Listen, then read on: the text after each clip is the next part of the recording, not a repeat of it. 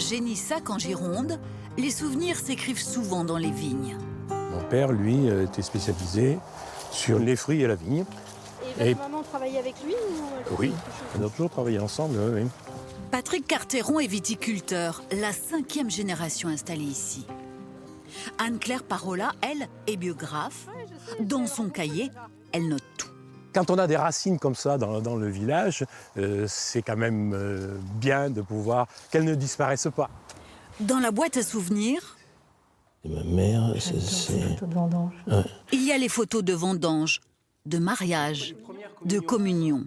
On lui avait demandé Il y a aussi le discours écrit à la Libération par Lucien, le grand-père, revenu de 5 ans de captivité en Allemagne. Donc, en prisonnier, il était en Poméranie. Écoutons la voix qui monte des fonds des stalactes et des camps de concentration. Ils avaient tous rêvé de revoir leur famille et venir mourir sur la terre de France. C'est une émotion. Moi, ce que j'aime dans ce métier, c'est que ça donne vie aux pages de nos livres d'histoire. On rend vivantes les pages de nos livres d'histoire. Grâce à ces témoignages, Anne-Claire Parola remonte le temps jusqu'au siècle dernier pour écrire la grande histoire de ce petit village de 2000 habitants.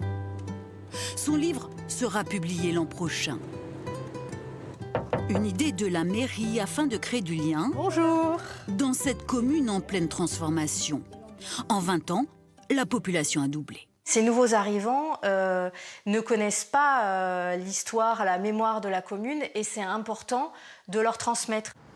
Rendez-vous est pris avec l'ancienne institutrice dans l'école qui porte son nom. Janine Bonnet a fait toute sa carrière à Génissac. Alors, ma Sophie. Sophie, l'assistante scolaire, est l'une de ses anciennes élèves. Pleure pas. Janine était toute jeune, 18 ans, lorsqu'elle est arrivée à l'école. La plupart de ses élèves étaient des enfants d'ouvriers agricoles. Alors là, ça, c'est les premières photos. Hein. Les premières classes. Mais il y avait des enfants pauvres. Hein. Je partageais ma gamelle avec les plus pauvres. L'amour du métier, des enfants, ne l'a jamais quitté. J'ai laissé personne sur le bord de la route. C'était pas facile, hein. Mais ils m'en sont reconnaissants. Des beaux souvenirs. C'est ma vie. Sa vie est l'un des plus beaux chapitres du livre de Génissac.